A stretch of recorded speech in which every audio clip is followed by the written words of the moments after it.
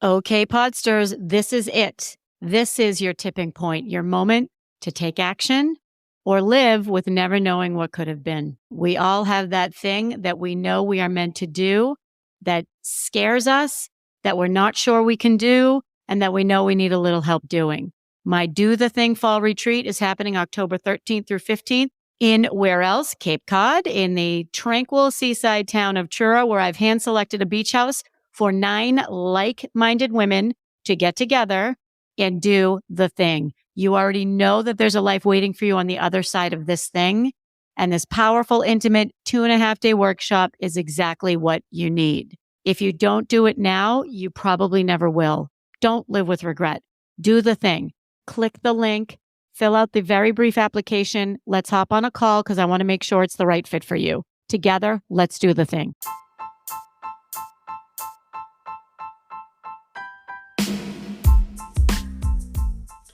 Welcome to Unmute Yourself, the podcast.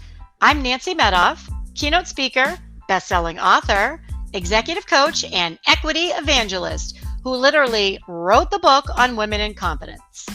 And I'm Beth Knaus, creative copywriter who works with female entrepreneurs who are done putting safe and general content out there and ready to walk the fine line between honoring their bold voices and perspectives and honoring their professionalism. We are on fire and on a mission to inspire and empower you, and who are we kidding? The world, to speak up, stand out, and get your seat at the table. If you're looking for straight talk and a weekly shot of confidence, you've landed in the right place. Beth and I met while collaborating on my #1 bestseller, Unmute Yourself and Speak Up to Stand Out. We hit it off and we knew right away that we needed to keep these important conversations going so that women around the globe will speak up and stop building our own glass ceiling. So here we are, coming at you weekly with a perfect blend of realistic strategies, actionable tools, and real life stories to bring these important and somewhat controversial ideas to life. Doing so with humor, kindness, and the occasional shenanigans. Get ready to feel empowered and inspired to speak up, to stand out, and to build your confidence toolkit. Note to men or women who are not working in a professional capacity, we see you too, and we promise you the conversations here will inspire you as well. So buckle up, folks, because here we go.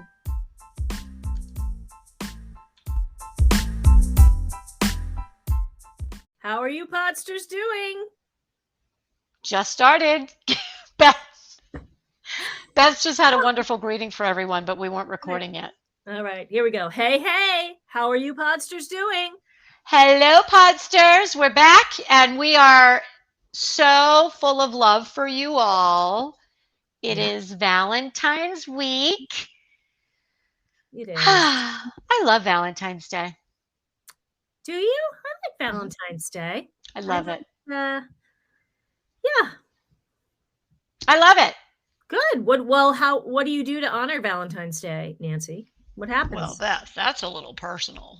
Just kidding. What do I do to honor Valentine's Day? Well, I have to say that in my marriage, every day is Valentine's Day.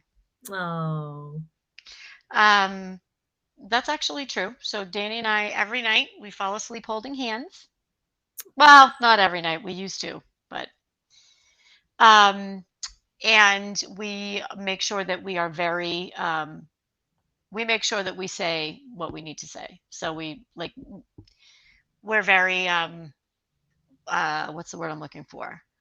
We're very appreciative of each other, and we say that a lot. So this Valentine's Day, actually, as you're hearing this, I will probably be on a plane coming back from Cabo. Nice. Good for you. What do you do to celebrate?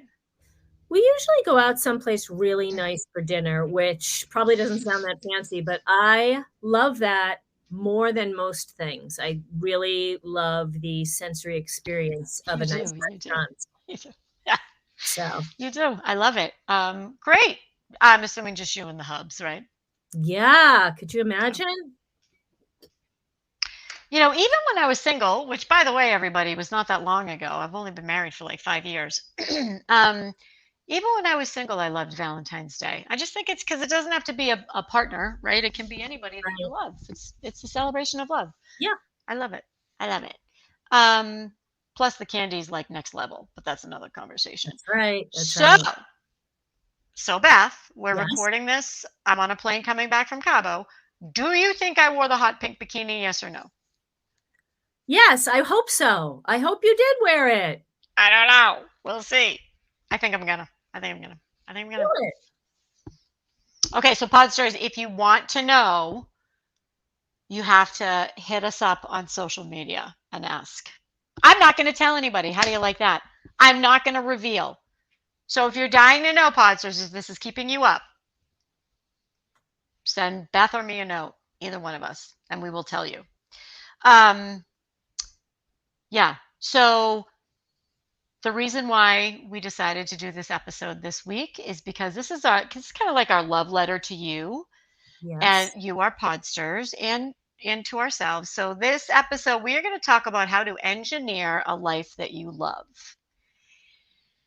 And we use Beth as a words person, Yeah. as am I.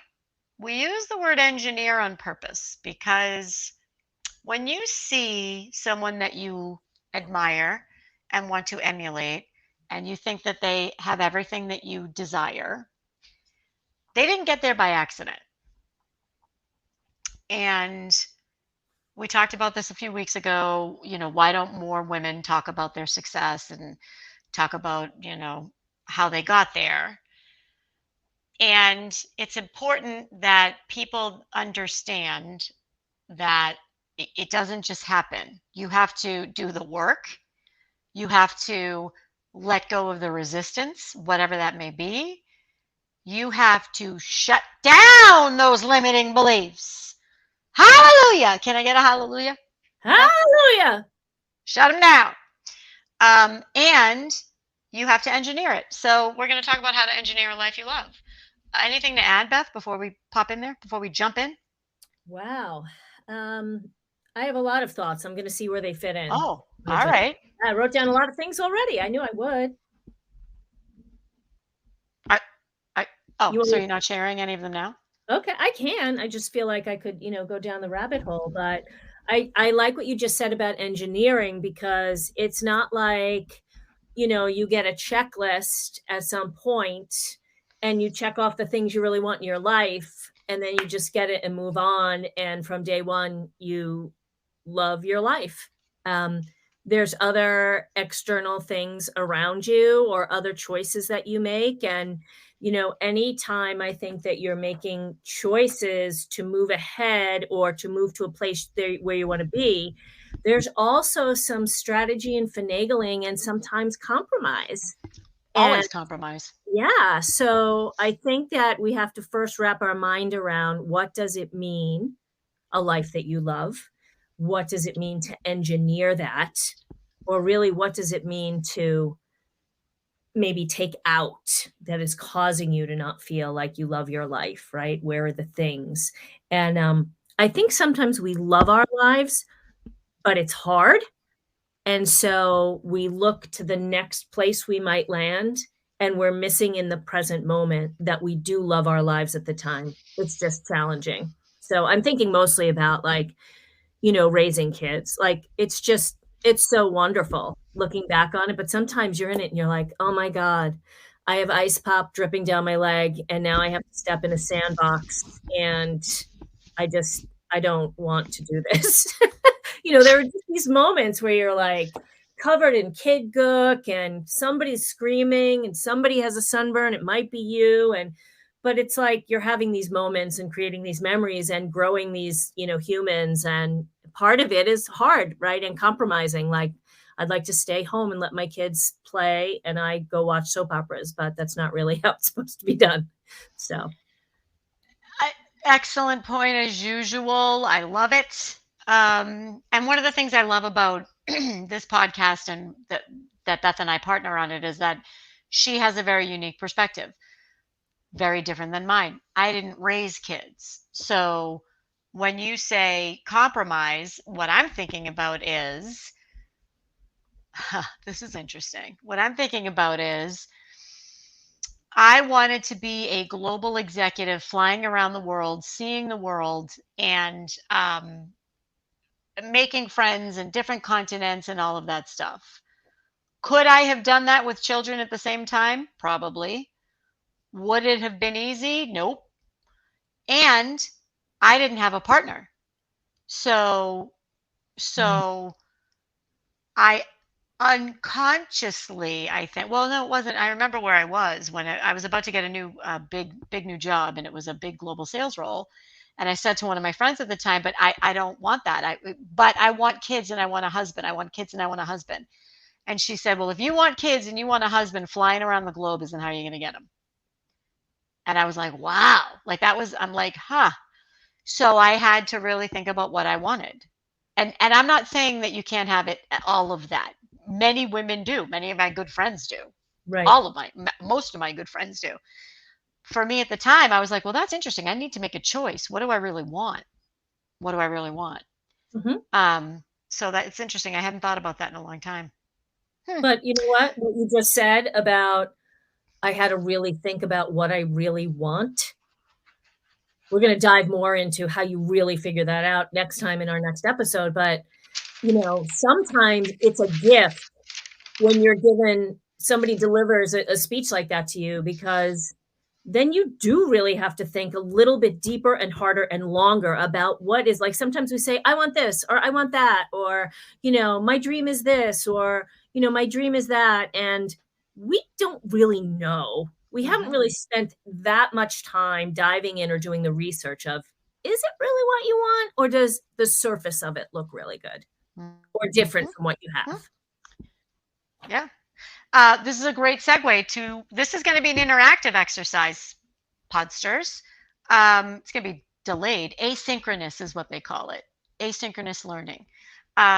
It's when you're not actually doing it live, but you do it after the fact. Anyway, so I have a tool for that, and it will be linked in the show notes. It's a little sheet that you can download. Um, so what I have done that has worked really well, and I just did this with a group. I actually just did it with Danny because I gave him a 26-page PowerPoint presentation on retirement. He's not retired yet. He's several years away from retirement. So those of you who keep saying I thought Danny was retired, he's not. Please stop saying that. He still works full time. Anyway, we both do. So it's how to really figure out what is it that you want, not the why, but the what. So here's what you do. And Beth has been through this exercise. So Beth, as I'm going, give me a sign if you want to add something because Sure. you've done it. So you can okay. So you can download this again from the show notes.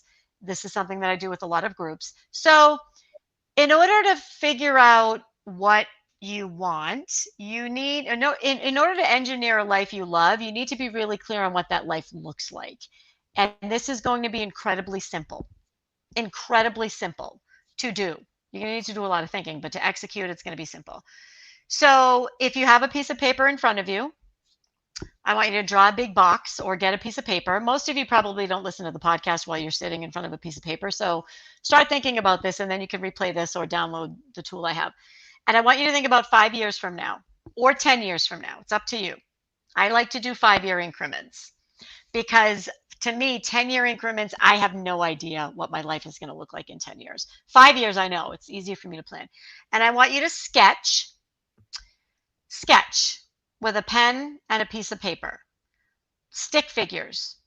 However you draw, I want you to draw what that life looks like 5 years from now. So the way I do this is I add 5 years onto my age, and then I think about, okay, at age 45, because I'm 40.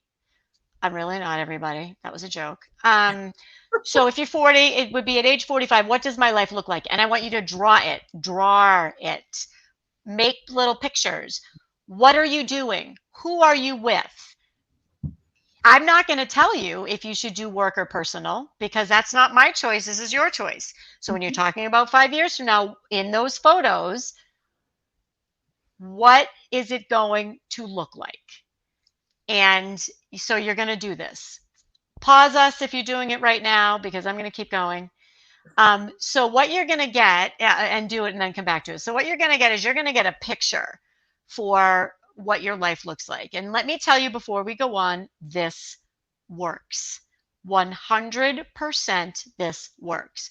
The reason I know that, and we talked about this maybe a few months ago, I found a journal from 5 years ago. I found it in like December of this year. And in this journal, you sketched out your 5 years from now what your life looked like. No, this isn't what happened. I was looking through some photos in my cache for a year-end Instagram post, and when I was looking through them, I realized that these photos that were in my camera roll looked almost identical to what I had sketched 5 years ago for the life I wanted this now. So this is all to say that if you sketch it, it becomes more real. Then you start using words to support it. So you sketch it, it becomes real to you in your head. You start thinking about it. You start talking about it. Your confirmation bias starts supporting it. And you start really using words to support it. So I'm going to pause for a minute because I want to go back to the words. So Beth, you did this as part of a group, as part of a session, part of a keynote that I gave. How did that go for you? Like, tell us about that experience. So I'm going to say first, full disclosure, podsters, I hate to draw anything. I can't draw. And so you have to get past that because you can have stick figures. You do not have to decipher this for anybody. This is your image. And when you look at it, you'll know what it is. So get past that whole I'm not Picasso thing. Maybe I should choose someone else. I'm not Michelangelo. You do not have to have, really good figures and all that sort of stuff. You just have to know what it is that you're drawing. And then once you get past that, I think it's a really cool exercise because we write about stuff all the time. We write it down, but there's something about the visual, the visual sticks with you. It sticks in our brains better than words do. Like if you can attach words and you can connect them to pictures, you can remember the picture and the words come. So I do think that it's effective. You have to put it somewhere and you have to look at it and you have to look at it realistically, like, oh, there's my life in 5 years, and make it happen, and not just be like, yeah, Nancy and I talked a few weeks ago about dream and vision. It's a vision. You're on your way there, you're driving down the road, and every time you look at those pictures, they should get clearer and closer for you. Mm-hmm. I have had some people frame it and put it on their desk. It's kind of fun. I mean, who doesn't want a little stick figure thing on their desk? It's kind of fun. Right. I've had some people blow it up, but it really works. So the second half of the sheet, if you're working from the sheet that I'm going to provide for everybody, the second half is where you're going to write things. So for those of you who are doing this just paper, on the second half, that's when you're going to put words to the photos. So the words are going to be, what is it? What are you doing? So it's describing what your epic outcome looks like. So I'm going to give mine. And so mine is in 2028, I'm a healthy, thriving, and highly sought after public speaker who splits her time between Cape Cod and Florida while traveling the world with my husband to all of my bucket places. That's it. It's that simple. Nice. It's almost like your power positioning statement. I might just put that on LinkedIn, right? Wouldn't that be great under LinkedIn if we had what we really wanted to say? Yeah, absolutely. So so what that sentence is, that's describing what my photo was. So my drawing was. My drawing was me speaking in front of a huge stage, right? What wasn't on here? Healthy and thriving. I had a picture of me having muscles. And there was a plane, and there was me on the plane with Danny, and then there were all the places that we were going to. So you're going to take the image of whatever it was you drew, and you need to be specific. We had some people that say, "Oh, I drew a box to represent blah blah blah." No, you need to draw whatever it is, and then use your words to then describe that. So then that becomes your true north. That's it. I know that 5 years from now, I'm a healthy, thriving, and highly sought after public speaker who splits her time between Cape Cod and Florida while traveling the world with my husband to all of my bucket list places. Okay. Mhm. If you want, you can add making X amount of money per year. It's up to you. That was not important for me for 5 years from now. If you want, you can include more family members. If you want, whatever. It's whatever works for you. So, did you do that, Beth? Did you put words to it? I'm sure I must have. If that was part of the exercise, I definitely did it. But I don't. You're going to ask me if I remember them. I probably don't. You're killing me. She's killing I'm my jib. sorry. I'm sorry. So, is it your But true north, Beth? I can I can get the link in our show notes, right, Nancy? Yes, Do you can, Beth. like everyone. What was on there? I'm just curious. So I had an image of being with my family, with my kids, and possibly maybe even the next generation, which makes me a little No bit. pressure. No pressure. No rushing, no pressure. And definitely having a house somewhere like where we could all be together, and being an author who speaks. I love David Sedaris. I love to go see him and see how he affects his audience, and how it's so cool, I think, to hear an author's voice and then be able to put it to the snark is really great. So that's what I want. I want everyone to have the voice to go with my snarky writing. And I can't remember what else. I'm sorry. Okay. It's not up No on problem. the wall for me. Okay. So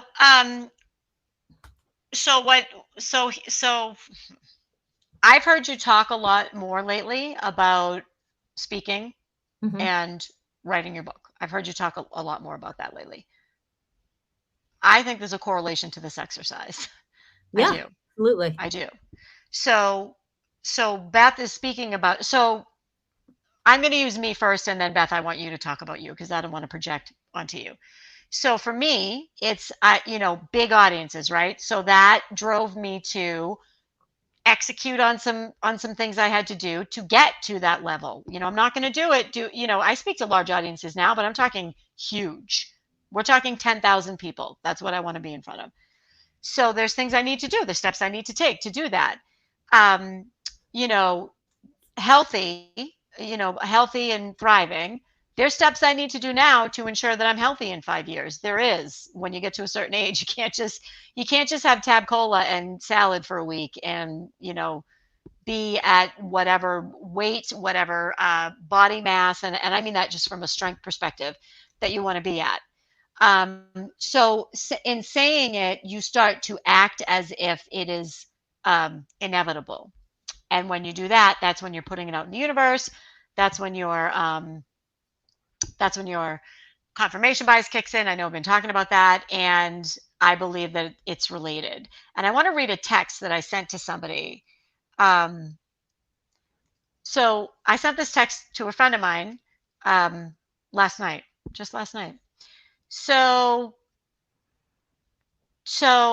she started to get a little more clear. She didn't do this exercise, but she started to get a little more clear on what she wanted her next chapter to be.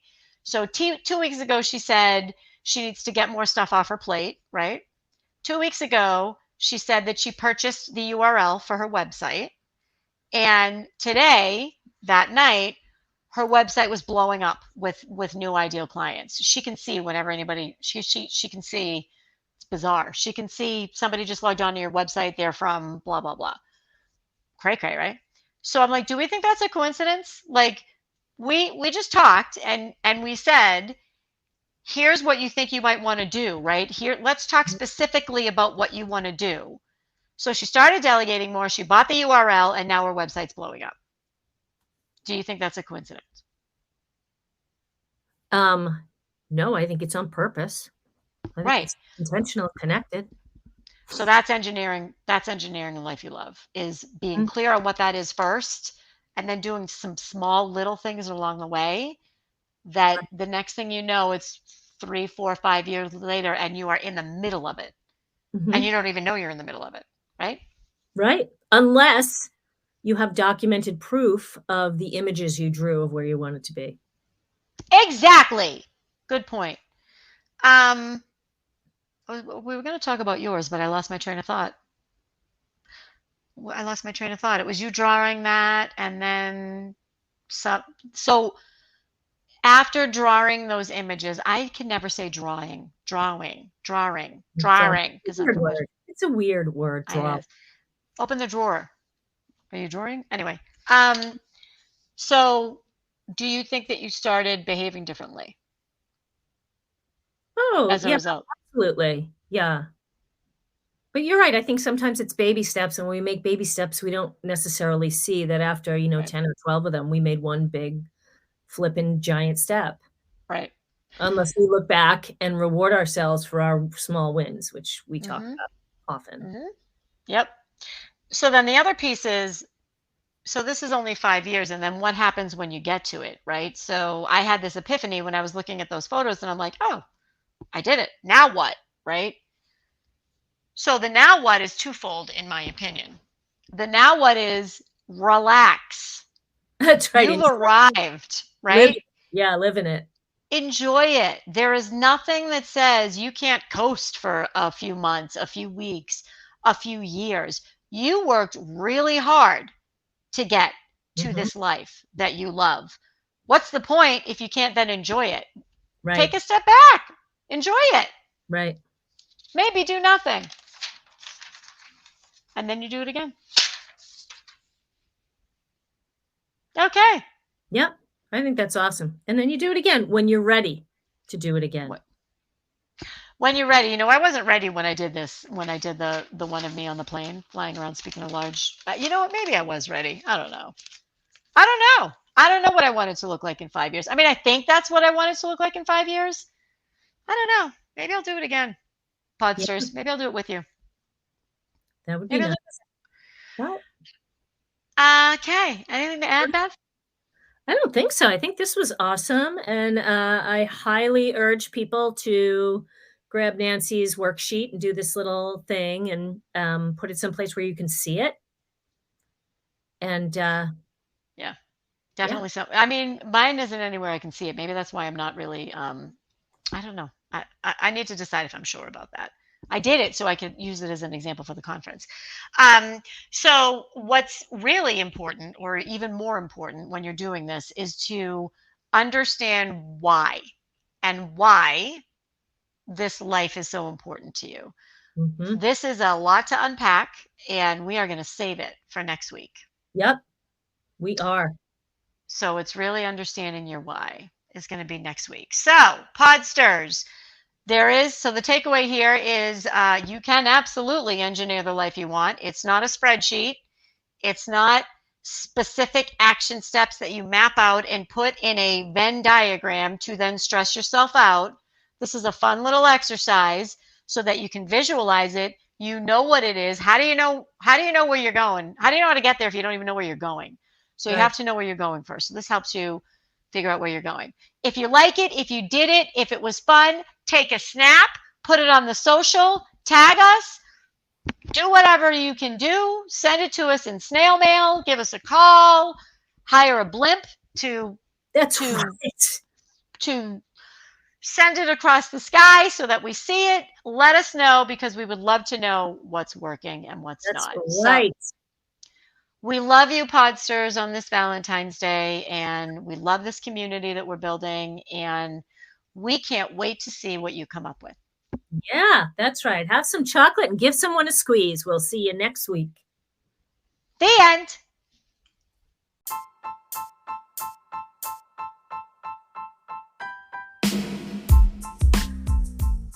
That's a wrap, Podsters. If you were thinking of someone as you were listening to this, share it. If you nodded along and even shouted out a couple of yes, leave us a review. Please, please, please.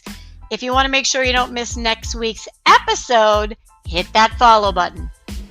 And you can find us everywhere. And if you would like to learn more about us and exactly what we do, take a look in the show notes for our deets. See you Till next week. Podsters.